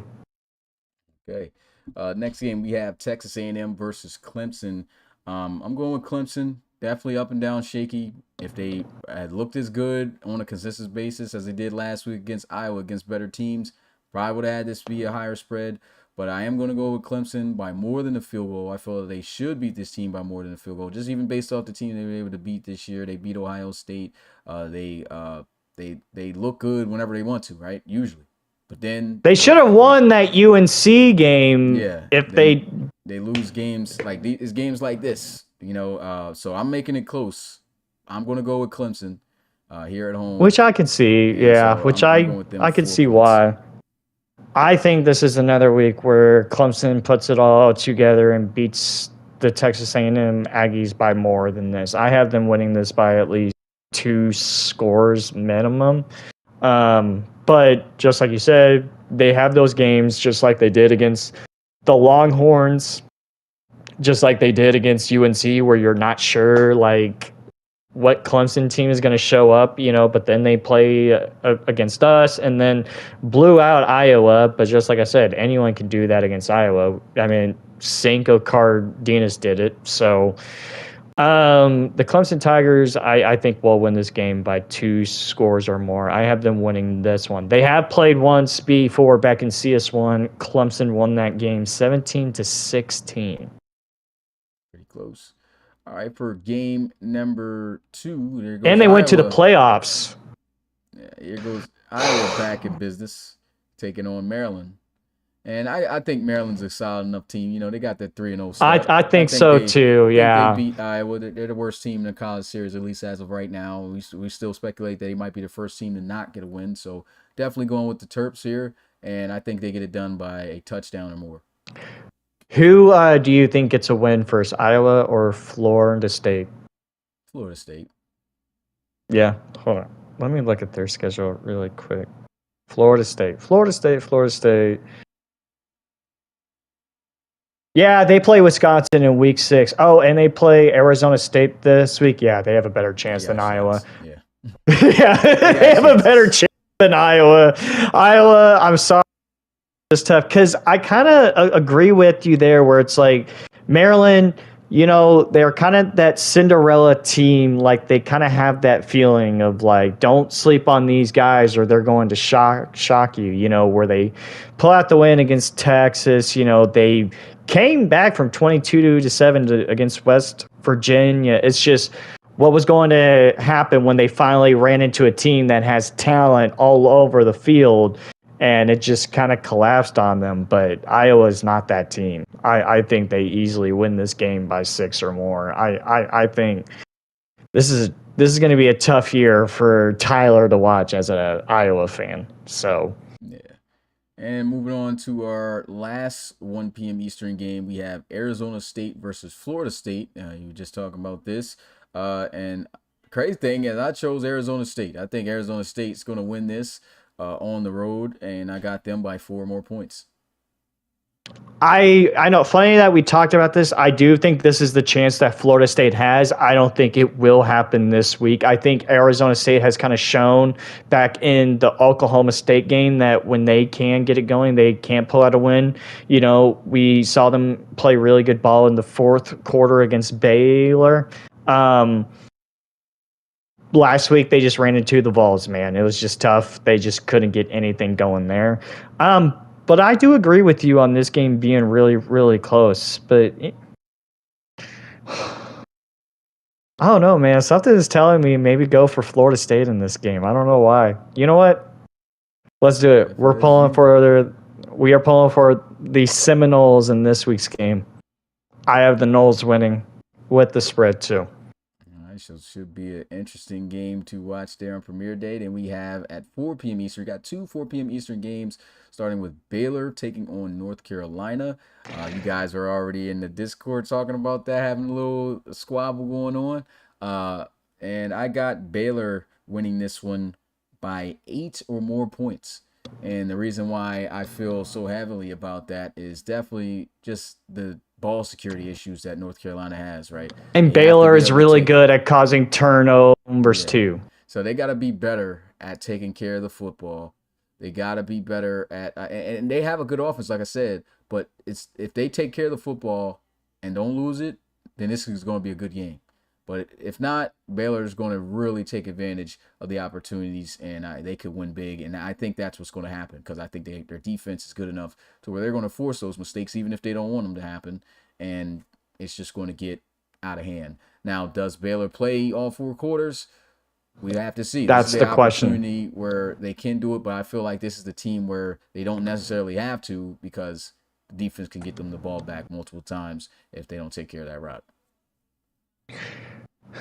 So if anyone was back in CS3, let's not forget how crazy, maybe top 10, one of the wildest finishes ever in the college series mod era. Would you say that's maybe one of the top 10 craziest? I'd say so. Yeah, definitely up there. Them block punts, The block punt with they did to Miami and then did it to Baylor. Yes, but let me just say this. Baylor, all because if I bring up some sort of history, that doesn't mean I'm calling you guys out. I do it for every single team. Every single team has something, but you guys gotta stop being sensitive whenever it's like, well, Baylor also lost this. Oh, you don't like the... No. I'm just saying this is what happened. And it was a legendary game. It was without a doubt one of the amazing endings ever in the college series. I do agree with you that UNC has proven that they are terrible with the ball in their hands. They are prone to turning the ball over. And Baylor is a team, as we just saw in the Wisconsin game, they were able to get a pick 6. We have seen it, in the Arizona State game. They are able to get. They're also. So this is almost a team that UNC, with what we have shown with Baylor, who is able to force turnovers. That this could actually be a game where it can get out of hand. But if UNC doesn't turn the ball over, I think this is actually going to be a close game as well because they have a solid team. They really do have a solid team all around. I still got Baylor winning, but I do not take the spread. I think Baylor wins this game by 4. All right, so next we have LSU versus Texas. This would have probably been a primetime game had it not been for the shortcomings of Texas as of lately. Just really right now not looking like a good team. So because they are in the primetime, in the premier games section, first day, 4 p.m. Eastern. I got LSU winning this by a touchdown or more because I feel like with them being that number 1 team and if Texas looking the way they are, I think this should be a slam dunk for these guys with the way their defense has looked. So CS1 LSU beat them 20-17. CS2 Texas beat them 35-27. That is the history between the two teams. LSU, man, I think they played a team last week that is a great team. I think Penn State really is a great team. And LSU, man, they because just like you said, we all thought that after their week one win over Clemson, and even in week two, even though they only lost by 7, that we thought, okay, Maryland, they should win that game. And Oklahoma State, they should win that game. And they've lost. And I mean, they're almost one of those teams that you don't want to take for granted, but I am going to, because I do think this LSU team is really stacked this year. I think LSU has a chance of making it to the SEC title game, especially after the win over Georgia and everything. I have LSU winning this game, and I'm going to go with the spread. All right, so that's it for Super Saturday Premier games. Then we cap it off with the game we were just talking about, Louisville versus Notre Dame, which obviously, if you felt that way, you're picking Notre Dame, but so am I. 6 points, I think they beat Louisville by. I really do feel like it could be more if Notre Dame is really on like they were this past week. I know it's Florida State, but when you have a team like Notre Dame who faced that type of tier teams the first 3 weeks, they lost them all, but they made every game that close. Then they play a lower tier team and do what they're supposed to do and blow them out. That's when you start to realize that this team's on a different level of talent. And I think they're up there on that upper level. They just didn't end up on the fortunate end of things. Louisville, we just saw them face up against a top tier team, the number 2 team in the country, and they got absolutely dogged. And so for me, I think that Notre Dame's, and we've also seen them play with the home field advantage. I think that Notre Dame is going to be able to dominate this. And we've also seen them play against another top team as well in the Nittany Lions, and we saw what they were able to do against Louisville as well. Yeah. Louisville, it's been fun. I still think they have a chance to make a bowl game, but, the hype of this, can Louisville contend with Miami? I just don't think this is the team. I think they're good to make a bowl game, but I think Notre Dame, from what I've seen the first 4 weeks, is better. And they really showed it in the Florida State game by just blowing them out that, hey, we finally get someone that's not Miami, Ohio State, or the Wolverines. And, they did exactly what I wanted them to. And, I'm going to go with the Fighting Irish, man. We were wrong. They've actually played on primetime 3 times before the Miami game. I forgot that their Clemson game in CS3 was a primetime game because I was going through trying to find scores, and I was like, oh, wait, a Louisville's player is on the cover. They also lost that game as well. So Louisville's 0-3 in primetime, just letting y'all know. Well, that would make it maybe this is... I think this is going to be, the Miami game was 0-4, so they might have a chance to go 0-5 in prime time this week. And I get back on there, guys. There's opportunity. So, I think the Fighting Irish win. All right, now we get into the premier games for Sunday. And then we have UCLA versus Oklahoma State. I think this should be a pretty solid game, even though both teams aren't considered. This is a sneaky game. Yeah. Even though both teams aren't considered to be top tier end teams, I think it's just a good matchup between 2 teams that's kind of doing better than what we've expected up to this point so far. And I went along with UCLA, though, in this game. I feel like they still have been the most impressive. I got them winning by 4 or more points. Yeah, Oklahoma State, if you kind of have looked at all of their scores, it's like, has a team ever scored over 20 points in one of their games? Really. They've been playing some really good defensive games, I'm not going to lie. They really have. The only team that has, and I could kind of see it because maybe after the year that they had back in 2021, they probably got built a really good defensive squad knowing who was over there at OSU. Oklahoma State, they haven't allowed anyone to score over 20 points since week 1 against Washington, and that was really when they already had the Huskies beat and they were playing in prevent defense. UCLA, just like you've been saying, they've been shocking all of us. Wasn't really expecting them to just come out here and be 3-1. I mean, DTR is playing great. That running back is playing great.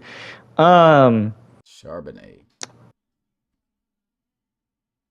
This one is actually a lot more tougher than the other ones, Smitty. I'm going to be honest with you. I'm going to say Oklahoma State. I'm going to go with the Cowboys. All right. All right, next 1 p.m. game, we have Washington versus Wisconsin. I like how Washington's been looking as of late. Wisconsin, I felt like they have more talent than they've had before, but it's just not coming together. It's just not coming together for them this season. And so I'm going to go with the Huskies. But I did make it just a 3-point spread because if Wisconsin does play to a good caliber, they can make this a really good game. But they just really haven't shown that as of yet. They have played some tough opponents, but I do got the Washington Huskies coming out on top. So Washington and Wisconsin has played 3 times in the history. CS1, Washington beat them 26-19. CS3, Washington beat them 17-9. So Washington, this is a team that they have some good history against. So they're already 2-0. I said it last week in my notes that I think Washington is a much better team as well. They've just had a really tough breaks. But after what I saw from that Miami game and to go into the Stanford game and dominate Stanford like they did, I think that was a game that they needed to get the season back on track. And I do have them winning this game against the Badgers as well. All right, now we get into the final 1 p.m. game on Sunday, and it is USC versus West Virginia. West Virginia just coming off a bye week. The last 2 games that they played, though, they fought really hard in very close games, but I feel like USC, despite their terrible loss that they just came off of, I think that this is the rebound game for them, and I got the Trojans winning by 7 or more points. Last year, this was a game of the week, Smitty, if you remember correctly. Which USC, West Virginia. Well, back in that time when West Virginia was good. I know. Yes. Last year, this was a game of the week. West Virginia team right now. So. And this is a different type of team too. Like this is like 2 teams last year where this was like,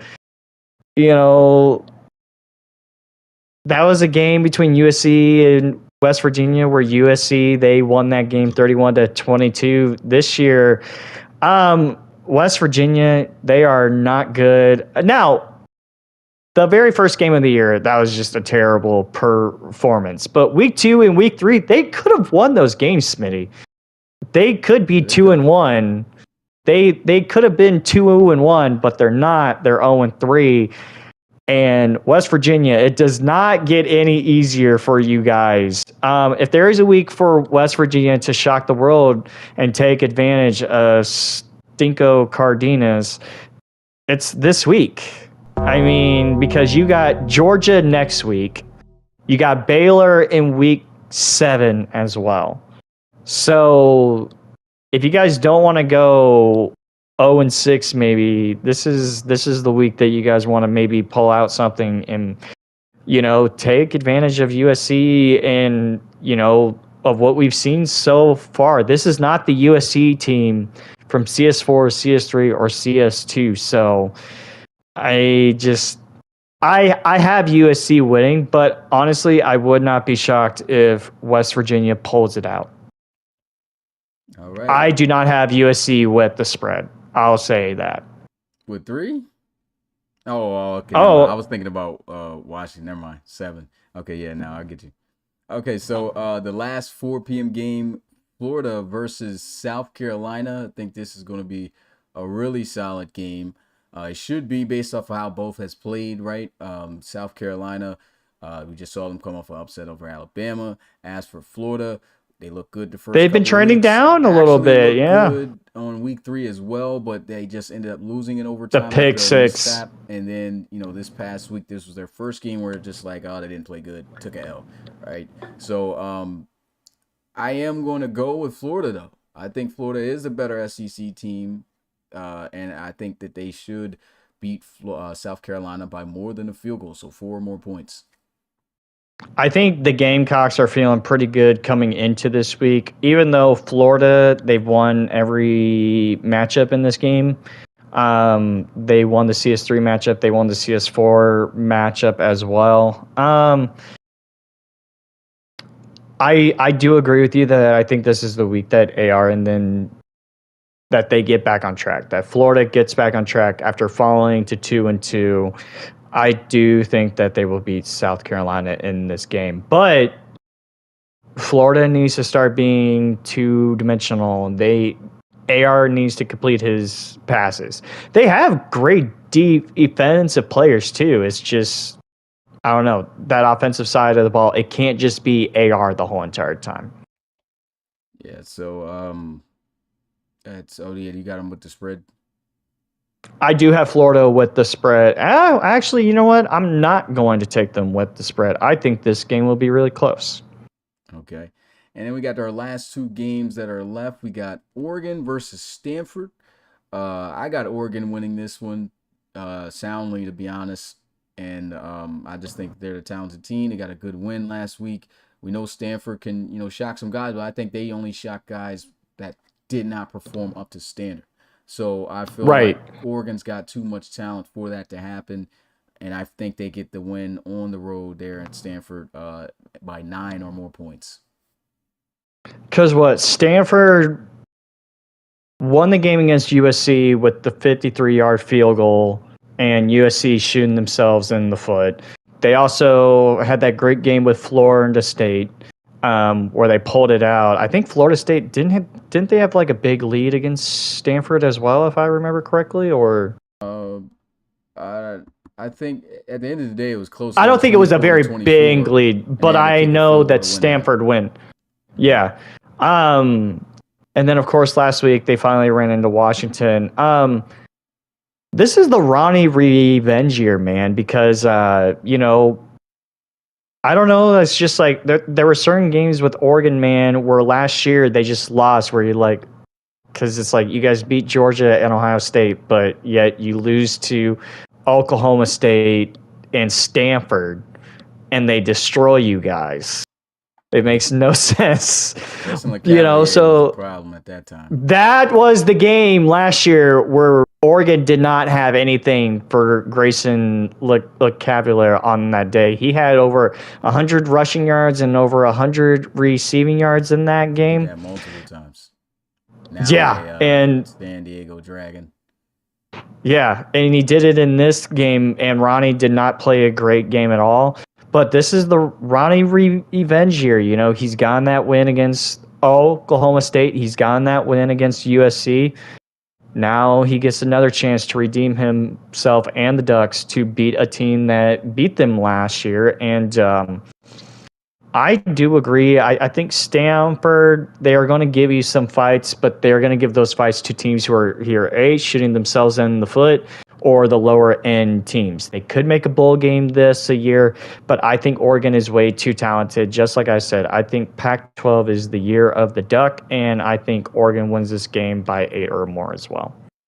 All right, and then the last game of the week, Penn State once again on a Monday night taking on Ohio State. Obviously, not even going to ask you who you think is going to win because you going with your squad all day. But I will go with the Ohio State Buckeyes. I do think it's going to be a tough one. Penn State was able to put up a fight. I think so too. LSU, as we saw, LSU right now the number 1 team in the country. Ohio State, the former number 1 team in the country. Another team that just coming off a bye week, looking to try to get right and get a victory here over Penn State, which will really elevate them in terms of confidence.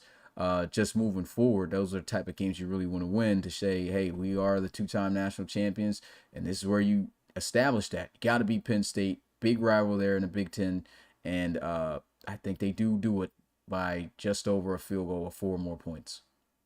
Yeah, Pat said this, and of course you'll have these notes on Monday night, but the last time Penn State beat Ohio State was when Parker Thomas was the quarterback back in CS1, when they beat them 16-13. Every year since, CS2, Ohio State won 38-10. CS3, Ohio State won 35-22. CS4, if you remember, was the whiteout game.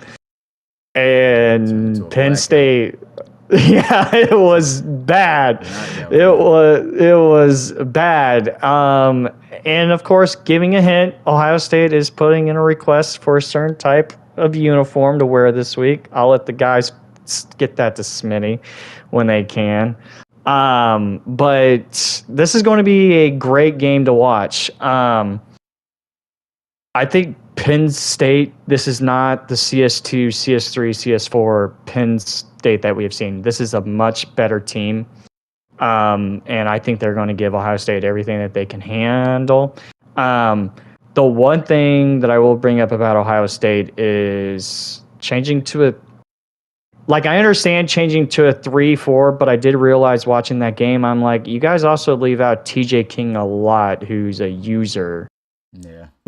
He's losing reps. Yeah. So to number 58, I think that's who I saw on the field a lot. The one issue that Ohio State that I'm having issues seeing is they aren't getting pressures. It doesn't matter what defense. They are not getting pressures on the defensive line of the ball, and that is a concern going forward. Maybe it'll change. Maybe something will change, and they'll be a lot better this week. I still think the offense will play well, but you got to get pressures. The linebacker core is still really good. You got Brock, you got Caden, you got TJ King. Even that one guy who now showed up in their new 3-4, he was playing pretty well too. Number 58, I don't know who that is. But I don't know who that is. Yeah, I don't know who he was. But there is a weakness in the secondary, though, and it's noticeable, Spinny. I don't know if you have seen it, but there is a weakness in the secondary. You talking about for Penn State or you guys? Ohio State. Okay. There is, I'm not saying it out loud, but there is a weakness, and it's noticeable, especially when it's in man. But well, honestly, Penn State, this is where you got to call things out. So who is it? What is it? Corbin Coes, you got to work on your speed, buddy. Oh, cool. Corbin Coes, you got to work on your speed, buddy, because Brian Schneider ate your lunch pretty badly in the Notre Dame game. At the same time, I know that's tough, but Brian Schneider is the best overall rated tight end in the series, so maybe it could have just been the matchup, and dude was just that nice. We'll have to see, but yeah. I will still give him. Hey, maybe in the strong safety spot, but you got to work on that speed, man, because it got pretty bad there, and I will agree. Playing against Brian Schneider is not fair. Can't up speed, so does he excel? Yeah. What's he got? 85. Yeah. 85 speed at strong safe. Yeah, that's just going to be tough. Yeah.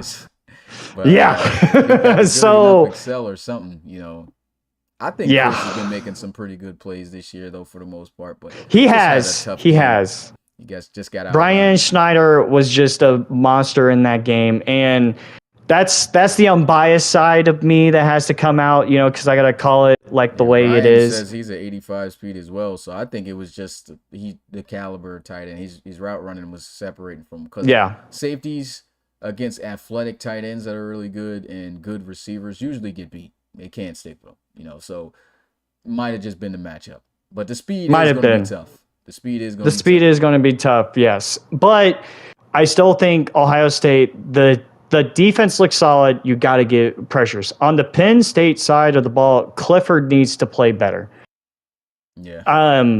He has to play better because they really could have had that game against LSU if they just executed better and not fumble the ball when literally the game is in your hands. The game is in your hands and you guys have the win if you don't fumble the ball. So, yeah. I'm not going to pick a winner because you know who, but I think, honestly, for the first time since CS1, I think Ohio State and Penn State will be a great game. So, all right.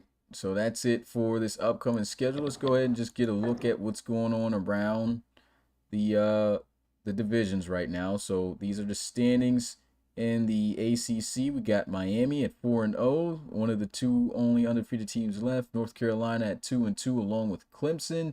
Louisville Yeah, those three teams are 2-2, and then we got Notre Dame getting their first win this past week, as we talked about, 1-3, as Florida State is at the bottom at 0-4. Then we move into the SEC. LSU on top of the SEC right now, 4-0. Everyone else has at least taken a loss. Of course, the tough loss we saw Alabama take, the 3-1. Tennessee is 3-1. Georgia having a bye week, so they are 2-1. Then we have Florida 2-2, along with South Carolina and Auburn, and Texas A&M currently at the bottom at 1-3. And in the Pac-12, talking about it being a duck year, currently they are on top, 3-1. UCLA 3-1, big shock there, but can they maintain that enough or at least become bowl eligible this year? Good possibility. Then we got The last Stanford. time that they did it was CS2. Yeah. And Stanford here is at 2-2, along with USC, which kind of just is a shock. 2-2 right now to start the season. Pretty rough. I think they had a year where they were kind of like that, and they still went on to win with Calvin Poole. But Washington 1-3, that's a big shock as well. Thought they would perform better in the beginning, but they're getting right as they just came off their first win. Arizona State is 1-3 as well. Then moving into the Big 12, Baylor 3-1 on the season so far, leading the Big 12. Oklahoma is 2-2, along with Oklahoma State. And then we have TCU, who had a bye week. They're 1-2. Texas 1-3, and West Virginia still in search of their first win of the season. And then finally in the Big 10, we have Michigan on top as they are 3-1. Penn State 3-1. Once undefeated, came off a tough loss. Could have been 4-0. Maryland 3-1. And then we got Ohio State coming off a bye week. They're 2-1. And the rest of the Big 10 teams are Wisconsin and winless. Iowa. Wisconsin and Iowa. Oh my gosh. These guys lose 3 more games. It's a wrap even for the postseason. A bowl game. Can't get in anything. But you can see all of these in the League Lobster link. Once again, if somebody is in the Discord with access to that, copy and paste that into the chat so guys can be able to check that out. But yeah, that is the standing so far, and that is it for the topics that we have here of the podcast. I'll go ahead and put up the top 25 real quick so you guys can look at it, and then we can leave this up for open questions. About to say something. Smitty. Yeah. If Florida State and Wisconsin go into week 6 at 0-5, how much you want to put them as a Thursday night game? You said as a Thursday night game? Yes. I know. Depends on the rest of the match. Nah, I wouldn't even do that. No. Got no wins. Big 12, not the Big 12 we are used to seeing. Yeah, you saw the fall off of West Virginia, and yeah, it's just not looking the same. Oh, come on, Smitty. If Wisconsin and Iowa both go into week 7 at 0-6. Nah. Come on now. Someone's got to win. Should be the tagline. Someone should be the tagline. Somebody's got to win. Watch it end in a tie. There's just even based off of that, I'm pretty sure there's going to be better matchups that week. Primetime, so I would not put winless teams in a primetime Thursday game. That would be crazy, though. Depends on what the rest of the matchups are. It would just be fun. If the rest of the matchups that week aren't that good, then I might entertain that, for real. Not going to lie. If Wisconsin and Iowa are both 0-6 going into week 7, just entertain that thought for just give it a chance in case if the rest of the games aren't looking good. No, he's not. Even though I've talked with Trauma, no, he's not taking over as the Shamrocks. I was letting know because a lot of things are about to change, guys. We get this thing on PC going. I'm talking about now it's going to be open to where it's not just GM role where dudes are just paying to be a coach. Now you might be able to split with somebody that you want to run an organization. As long as you're paying the fee to own or run that franchise, of course, there will be a set of rules that's going to come with that. The price fee is still going to stay the same at $600 the whole year, which would equal up to $50 per month. But if you, let's say, for instance, if you and somebody that you want to get into a franchise to run with wants to own a RFL team, like I said, it's going to come with some rules. You ain't just going to be able to do what you want to do, but there's going to be a lot more freedom with PC. You're going to be able to hire coaches. You're going to be able to do a whole lot of things, promotion stuff. You are going to have to reach a certain requirement, though, in terms of you got to be present on social media. You got to be able to do certain things. If you can't do those things, then you cannot run a franchise. Then yeah, it's gonna be a lot, man. Because the custom playbooks is about to be crazy. Uniforms, guys will be able to select. Because what I'm planning on doing as well is having guys. You will have to rock your base home and away uniforms. You're not going to just be able to make your own uniforms in terms of that. Cause Man, yeah, nah, you're not doing that. But ours are so bad, Smitty. They're so bad. Well, you're looking at the base in terms of end game. I will have a okay base, so yeah, it's not. I see what you're saying. Yeah, because oh my God, the Snowhawks are terrible. Yeah, I don't. Yeah, we're definitely not going with that black. But no. But in terms of that, I will allow whoever owns the team and runs the team, you can create your alternate. So if you want to create your alternate uniform to wear for your team at some point, I'll allow you to do that. Of course, it can't look terrible, though. If it looks terrible, I'm just telling you, hey, man, you got to create Then just no. Yeah. I'm going to tell you to create another one. I'm going to have you keep going until you run out of time for the season. But, yeah, it's going to be a lot. It's going to be a lot of changes, man. And I hope guys are ready for it. Because it's here. Like, it's really here. Waiting for this mod stuff to really, come through. They already shown the mod for the franchise. So we pretty much can do most of that. We will have to say, I think that what's going to happen, though, I don't think we're going to have custom uniforms, though, unfortunately, for Season 9. I think we will have to rock with what's there. So, yeah, you're going to have to be in that black pecan. But then following season... No, I was reacting to what Pat just said, but that as well, it happened at the exact same time. What's that? Pecan wants the Snowhawks to wear the Maryland Terrapins uni as their alternate. No. Maryland Terrapins is fire, man. But yeah, it's going to be a lot of stuff coming, man. I'm going to definitely get my coaches up to date.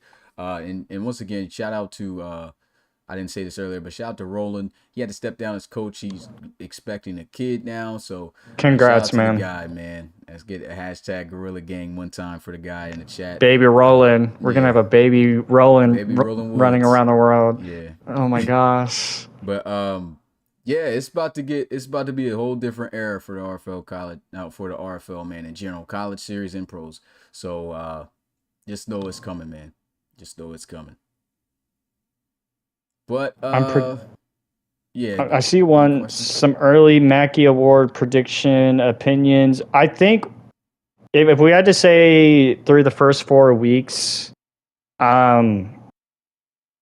it's still kind of hard. I'm not gonna lie, because we have up.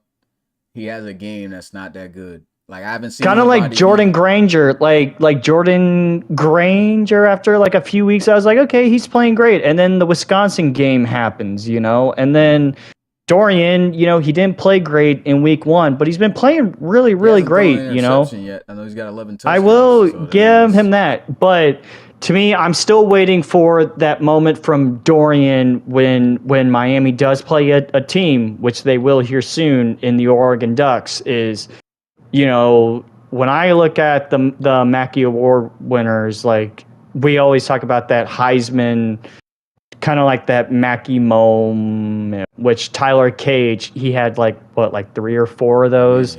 Yeah. Same with Calvin. Who won it before. Same with Darnell Hodge. It's about consistency. It's really about that consistency, and it's already been shown that it's possible to happen on this Madden because we had to be on it for 2 years, right? And we've seen consistency from Calvin Poole, who was the CS3 Heisman / Mackey Award winner. We've seen consistency from Tyler Cage, who was the Mackey Award winner, and even the years before.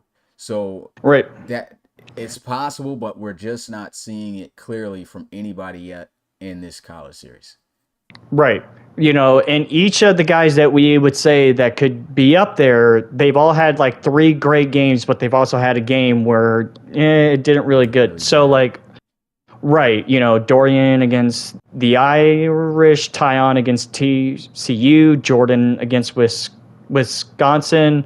I mean, Clark really didn't do a whole lot in the Georgia game, even though he looked good. He still didn't do all that great. Because I would say Clark is a Mackey Award candidate, in my opinion. I think he has a chance. So there are some guys there. they've had 3 games and 1 bad games. I would say maybe I would probably put Clark over Ronnie from the Oregon Ducks to be honest at this point, but it's still very early to say, and there's still plenty of great games left to be played. I mean, we still have Miami and Georgia left. We still have Ohio State and Alabama. We still have the SEC play with Tennessee, Bama, Georgia, and LSU with LSU and Georgia who just played each other. I mean, Aiden was looking great for 3 weeks until this past game, So it's still very early, in my opinion, on who's really leading in that category. Yeah.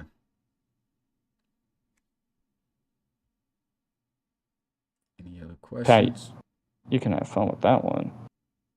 To have dibs on customizing the RFL schedule. What I plan on doing with the RFL schedule though is I'm just going to work off of. I'm most likely going to leave that up to Madden because it has its own system in terms of because we switched to a different Madden every year. We were just creating guys and we didn't know what the prior season's records were, so that's why the schedules would be weird.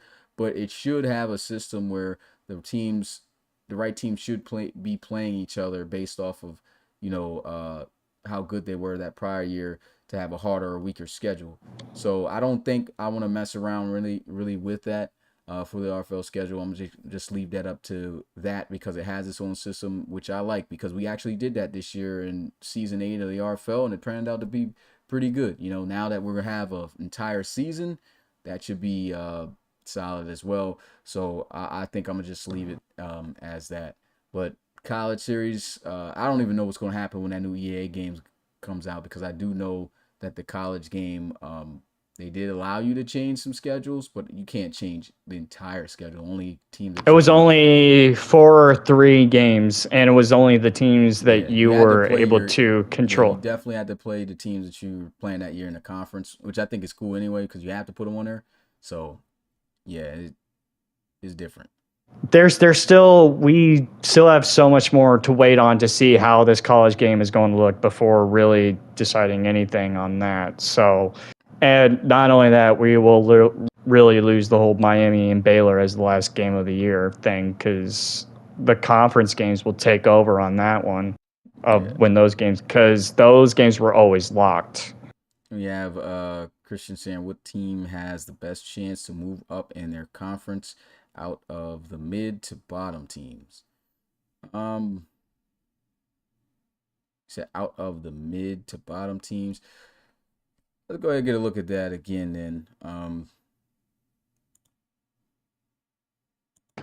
Are they saying like right now, like if their record is like 1-3 or something like that? Because I already have my pick. That is, I guess in a sense you can say Notre Dame.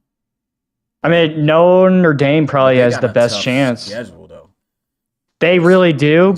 But honestly, so there's 2 teams in my mind that can fall into this category. That's not just Notre Dame. Washington, I think, kind of has a chance as well. Because look at who Washington plays. They play Wisconsin, USC. They play USC in week 6. They play Penn State in week 8. I don't know about that one. And then they play Oregon. Yeah. They have UNC in week 11. Looks like 6 losses already. I think. Yeah. Yeah, they might not. But okay, so at the beginning of the year with Notre Dame, a lot of these games looked a lot more tougher than they did now that we're playing. Like, for instance, they beat Florida State.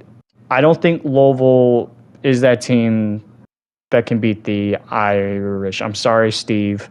But UNC, I think they can beat UNC, though. I think they have the talent to take advantage of Drake May playing quarterback for them. I think Notre Dame can win that game. That would make them 3-3. TCU would be the interesting one because they played TCU in week 7. But I would still pick Notre Dame in that game right now just based off of what I've seen. They could win that and maybe week 8 at USC, and then week 9 they played the Clemson Tigers, who is a Jekyll and Hyde team. Yeah, they can beat like them. So yeah, it's a good chance. There's definitely a good chance that they could get some dubs. But week 11, Oregon. Week 12, Alabama. We don't like. Yeah. That's where it gets crazy. That's where it gets crazy. They could end up with 5 losses at the end of it. Yeah. So It's one of those. But honestly, I'd be shocked if Notre Dame somehow goes on a, let's see, 1, 2, 3, 4, 5, 8, 6-game winning streak into their bye into week 10. I wouldn't be shocked if they actually do pull that off.